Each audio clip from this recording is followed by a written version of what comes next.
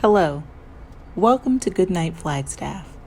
I'm Khara House, Director of Community Engagement for Bella Investment Group here in Flagstaff, and it's my pleasure to read with you tonight. Thank you for tuning in to our community story time. You can find a new chapter from one of our favorite family-friendly books at 8 p.m. each weeknight on the Literacy Center's YouTube channel and on Crater Radio, a local online radio station. The previous chapter is replayed on Crater Radio each weeknight at about 7:45, just before the new chapter airs. You can also listen to all previous Goodnight Flagstaff recordings on YouTube. We are currently reading Race to the Sun by Rebecca Roanhorse. If you'd like to check it out to read along with us at home, it is available in the Hoopla app with your Coconino County library card. Check one out today. Please email us if you'd like to join our team of readers and connect with your community through stories. All ages are welcome. Our email is goodnightflagstaff@gmail.com.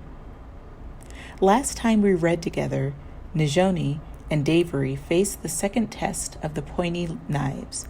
They made it through to the other side by protecting themselves with mud until the rain washed it away. Then they ran. Now they must face the prom of thorns. Chapter 32. Last night, a DJ saved my life. Well, Davery says, who's going in first? Not me. This close to the gym, we can feel the dance music thumping under our feet and hear voices inside, laughing and shouting. You know, Davery says, we've survived red-eyed monsters, rocks that want to crush us, and reeds that want to slice us into deli meat. But I think I'm more afraid of what's behind these doors. High school kids, we both say at the same time. At least it sounds like they're having a good time. I stick out a leg, and we do look fashionable. He shakes his head. Remember what the song says, a prom of thorns. Thorns, Najoni. This is not going to be good. I swallow nervously. We have to go anyway. I know. On 3. 1, 2, and before I can say 3, the double doors swing open. Welcome, shouts a friendly voice. It's a boy in an honest-to-goodness tuxedo, black pants and jacket, and he's even wearing a black bow tie speckled with tiny fake diamonds. He's Navajo, with short black hair and dark brown eyes. Brown eyes are a relief. I was half expecting them to be red. The boy looks a little like my cousin Freddie, except Freddie's not as cute as this guy. He gives me a big grin and holds the door open so we can enter. Come on in. Might as well, Davery says with a sigh. Not surprisingly, the gym is decorated for a school dance. Rainbow-striped crepe paper streamers hang tastefully from the beams and are taped up like flower-like clusters along the walls. Giant poster board picture frames, hand-painted and liberally sprinkled with glitter, invite kids to pose for photos with their friends. On the stage is a huge video monitor playing short clips of what look to be the best moments of the school year: sports events, science fairs, plays, and class trips. Spotlights hit the disco ball that hangs from the ceiling, making the room twinkle. Round tables that seat at least 8 people each line the dance floor. The centerpieces are colorful balloon arrangements, accented with ribbons and confetti. Loose balloons float lazily around the room, drifting around the dancers' feet. A DJ spins beats, earphones pressed between her shoulder and right ear as she works her deck. I recognize the song she's playing. It's the newest radio hit, the one my dad always turns off because he says the lyrics are not appropriate for kids our age. But nobody here seems to care that we are too young. I look around and realize there are no adult chaperones, only teenagers, and they all seem to be having fun. Would you like some punch? another voice says. We turn, and a girl is holding out 2 red plastic cups. She has on a beautiful silver dress that sparkles and stands out against her brown skin. Her black hair is tied back with a matching ribbon. Thank you, I say, taking the cup. I'm actually pretty thirsty, and the punch looks delicious. Don't drink it, Davery warns me. I stop, the cup already halfway to my lips. Why not? In all the stories, the heroes go somewhere and drink or eat something that's been enchanted, and then they get stuck there. If the heroes never eat or drink anything, how do they survive? I whine. They would die of dehydration. Davery frowns, shrugs off his backpack, and digs around inside it. Remember how you didn't want Mac to drink soda pop at Spider-Woman's house? It's the same thing. He hands me his water bottle. Have this instead, he says. Let's not take any chances until we figure out this trial. Disappointed, but seeing how he might be right about not ingesting food or drink from strangers, I set the cup down on a nearby table and take a swig from his bottle instead. The water is warm, and there is no way it tastes as good as that punch, but I swallow it anyway. We make our way around the gym, looking for signs of monsters or anything that might resemble the thorns the song warned us about. To my surprise, everyone is friendly. They greet us with smiles and seem to know our names. A couple of kids ask us to join them at their table, but Davery says we shouldn't, so we keep moving. Don't accept any gifts either, he warns me tersely. Why not? That's another trick they use to trap you. I sigh and take another drink of boring water. I don't think anyone's trying to trap us. Maybe this isn't a trial at all. It could just be a chance to relax, like we did at Spider-Woman's. Maybe the Rainbow Road knows we need a break. Davery gives me a don't be naive look. Whatever, I say. I watch a boy and girl skip by, headed to the dance floor. The DJ starts up a new track and everyone cheers. Hey, isn't this your favorite song? I ask Davery. He pauses to listen. It is, he says, surprised. I know all the words. He sings a little and his voice is perfectly in tune. Since when did you learn how to sing on key? He presses a hand to his throat. What's going on? Why do I sound so good?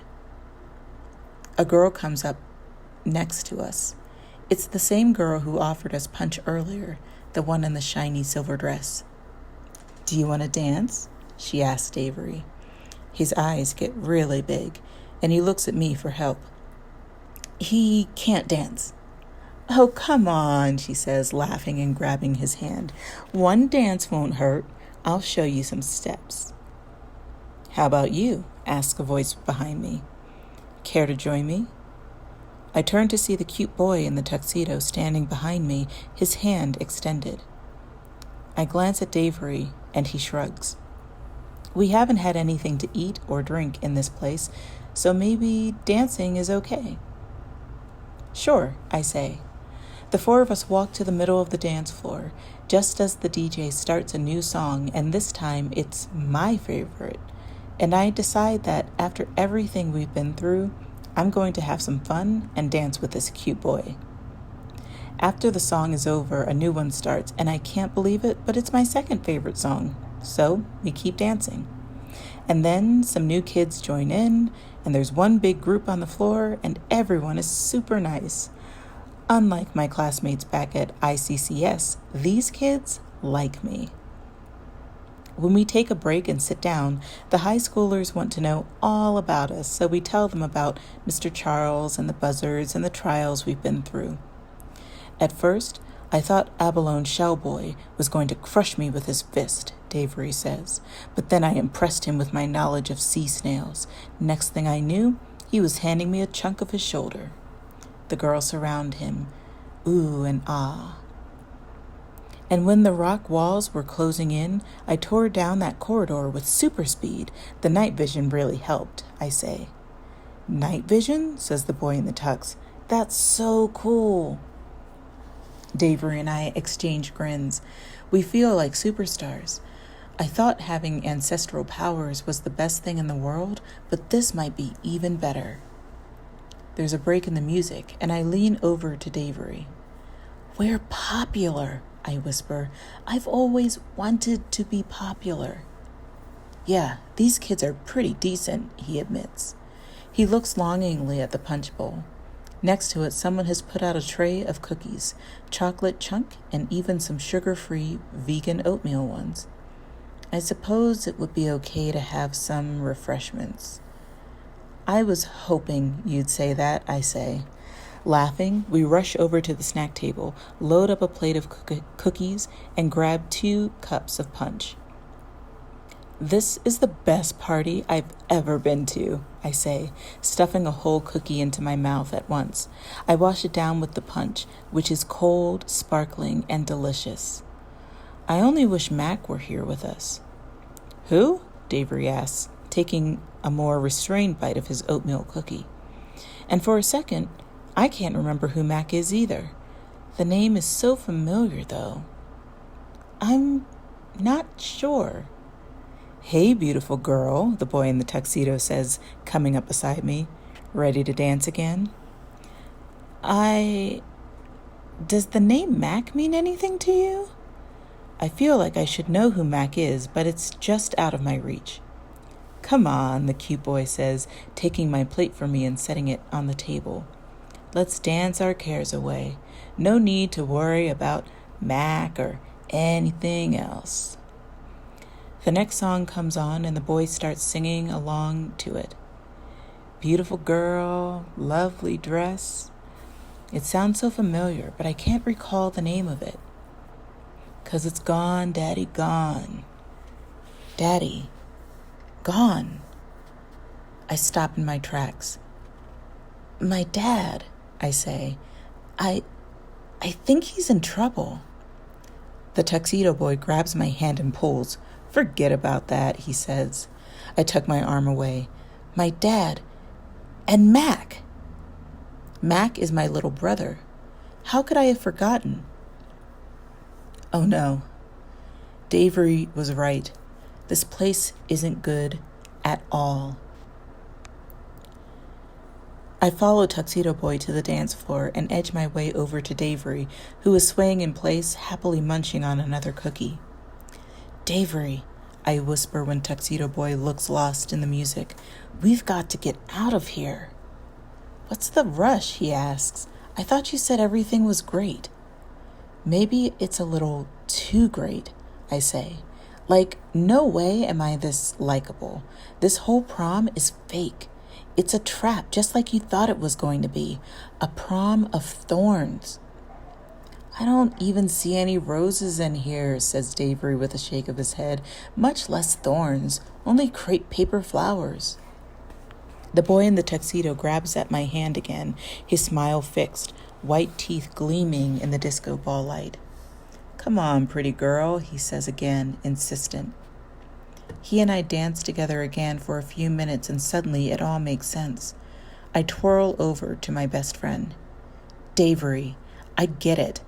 The people with their fancy clothes and perfect looks, they're the roses.